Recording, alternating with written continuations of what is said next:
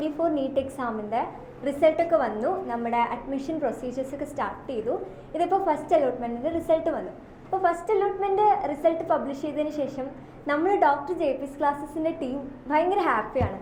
കാരണം ഇത്തവണത്തെ നമ്മുടെ റിസൾട്ട് എന്ന് പറയുന്നത് കേരളത്തിലെ ആദ്യത്തെ 20 റാങ്കുകളിലൊന്ന് നമുക്ക് കരസ്ഥമാക്കാൻ പറ്റിയിട്ടുണ്ട്. നമ്മുടെ ഇവിടുത്തെ സ്റ്റുഡൻ്റ് ആയിട്ടുള്ള പ്രഫുല്ല റഷീദിന് കേരള റാങ്ക് 20ആണ്, കേരള OBC റാങ്ക് 6ഉം ഓൾ ഇന്ത്യ റാങ്ക് OBC വെച്ച് നോക്കുകയാണെങ്കിൽ 84ആണ് പ്രഫുല്ല സ്കോർ ചെയ്തിട്ടുള്ളത്.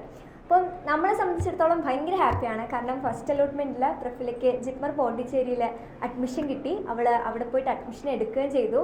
അവളെ സംബന്ധിച്ചിടത്തോളം ലൈഫിലുള്ള വലിയൊരു സ്വപ്നം ഫുൾഫിൽ ചെയ്യണ ഒരു മൊമെൻ്റ് ആയിരിക്കും ഇത്. അതുപോലെ തന്നെ ഡോക്ടർ JP's ക്ലാസ്സസിൻ്റെ ഹോൾ ടീമിനും ഭയങ്കര സന്തോഷമാണ്. കാരണം ആ കുട്ടിയുടെ ഹോൾ ജേർണിയിൽ കൂടെ നിന്ന് അവളെ അറ്റ് ദ ലാസ്റ്റ് അവളുടെ ഒരു ഡ്രീം കോളേജിൽ എത്തിക്കാൻ കൂടെ നിൽക്കാൻ പറ്റിയതിൻ്റെ ഒരു സന്തോഷത്തിലാണ് ഇവിടുത്തെ മുഴുവൻ ഫാക്കൽറ്റീസും ഡയറക്ടറും എല്ലാവരും ഇരിക്കുന്നത്. അപ്പോൾ പ്രഫുല്ലയ്ക്ക് നമ്മളൊരു ഹാപ്പി MBBS ലൈഫ് ആശംസിക്കുകയാണ്.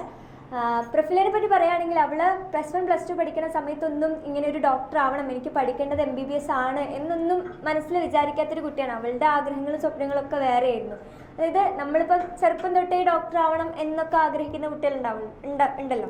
അവളെ സംബന്ധിച്ചിടത്തോളം +2 പഠിക്കുന്ന സമയത്ത് ഉമ്മാനെയും കൊണ്ടൊരു ഹോസ്പിറ്റലിൽ പോയപ്പം അവിടുത്തെ ഹോസ്പിറ്റലിലെ ഡോക്ടേഴ്സ് ഉമ്മയായിട്ട് ഇടപഴകുന്ന രീതി, അവരെ കണ്ടിട്ട് അവൾക്ക് പെട്ടെന്നുണ്ടായൊരു ഇൻസ്പിറേഷനിലാണ് എനിക്ക് ആവേണ്ടത് ഡോക്ടറാണ്, എനിക്ക് പഠിക്കേണ്ടത് MBBS ആണ് എന്നൊക്കെ അവൾ മനസ്സിലാക്കുന്നത്.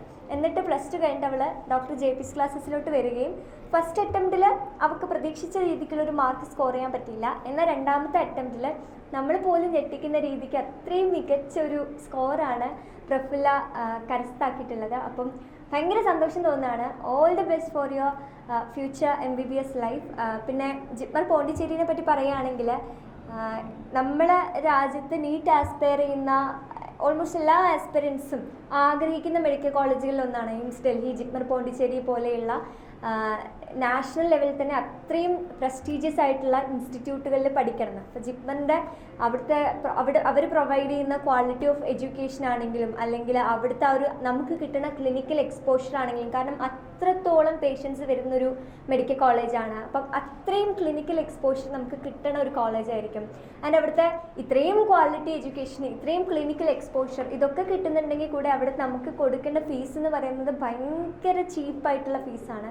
നമുക്ക് പെർ ഇയർ എത്രയോ 7K സംതിങ് ആണ് അക്കാഡമിക് ഫീസ് വരുന്നത്. പക്ഷെ നമുക്കിപ്പം കോഴിക്കോട് മെഡിക്കൽ കോളേജിലാണെങ്കിൽ നമുക്ക് 30K സംതിങ് ഒക്കെ വരുന്നുണ്ട് ഫസ്റ്റ് ഇയറിൽ. സെക്കൻഡ് ഇയർ ഓൺവേർഡ്സ് അത് 25Kൻ്റെ അറൗണ്ട് ആവും. പിന്നെ അവിടുത്തെ ഹോസ്റ്റൽ ഫീസ് പറയുകയാണെങ്കിൽ അറൗണ്ട് 1 ഇയർ 6K ഒക്കെയാണ്. അപ്പം അത്രയും നല്ലൊരു കോളേജിലാണ് എത്തിപ്പെട്ടിരിക്കുന്നത്. അപ്പം ഈ വീഡിയോ കാണുന്ന എല്ലാവരുടെ അടുത്തും എനിക്ക് പറയാനുള്ളത്, പ്രഫുല്ല ഇപ്പം ഒരു +2 അവൾക്ക് തോന്നിയൊരു ആഗ്രഹം, അതിന് വേണ്ടിയിട്ട് അവൾ കഠിനമായിട്ട് പ്രയത്നിച്ചു.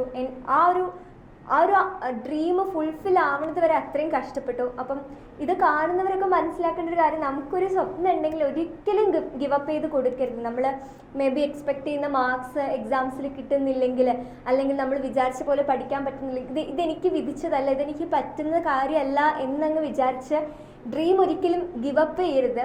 നമുക്ക് പറ്റാത്ത കാര്യത്തിന് നമ്മൾ കഷ്ടപ്പെട്ട് ഹാർഡ് വർക്ക് ചെയ്ത് അറ്റ് ലാസ്റ്റ് അത് നമ്മുടെ ലൈഫിൽ ആ ഒരു ഡ്രീം കം ട്രൂ എന്നൊക്കെ പറയില്ല, ആ ഒരു ഡ്രീം നമ്മുടെ ലൈഫിൽ ഒരു റിയാലിറ്റി ആവണത് വരെ കഷ്ടപ്പെടുന്നിടത്താണ് നിങ്ങൾ ആക്ച്വലി നിങ്ങളെ വേറിട്ട ഒരാളാക്കുന്നത്. അല്ലെങ്കിൽ നമ്മളെ കൊണ്ട് പറ്റുന്ന ഒരു കാര്യമാണെങ്കിൽ അതിന് വലിയൊരു പ്രസക്തി ഇല്ലല്ലോ. പറ്റണ കാര്യം ചെയ്യുന്നത് ഇറ്റ്സ് ആക്ച്വലി വലിയ സംഭവമുള്ള കാര്യമൊന്നുമല്ല, നമ്മളെ കൊണ്ട് പറ്റുന്ന ഒരു കാര്യം ചെയ്യാന്നല്ല. പക്ഷെ നമ്മളെ കൊണ്ട് പറ്റില്ല എന്ന് മറ്റുള്ളവർ മേ ബി നമ്മുടെ ഉള്ളിൽ തന്നെ തോന്നുന്ന ഒരു കാര്യം അതിനുവേണ്ടി കഷ്ടപ്പെട്ടിരുന്ന് പഠിച്ച് ലാസ്റ്റ് അത് ഫുൾഫിൽ ചെയ്യുന്ന സമയത്ത് നിങ്ങൾക്ക് തോന്നണ ആ ഒരു പ്രൗഡില്ലേ, ആ ഒരു അത്രയും സന്തോഷവും അഭിമാനവും ഒക്കെ അതിന് വേണ്ടിയിട്ട് പഠിക്കുക. അപ്പോൾ all the best for Prafula and for all the NEET aspirants who is preparing for NEET 2025. Bye.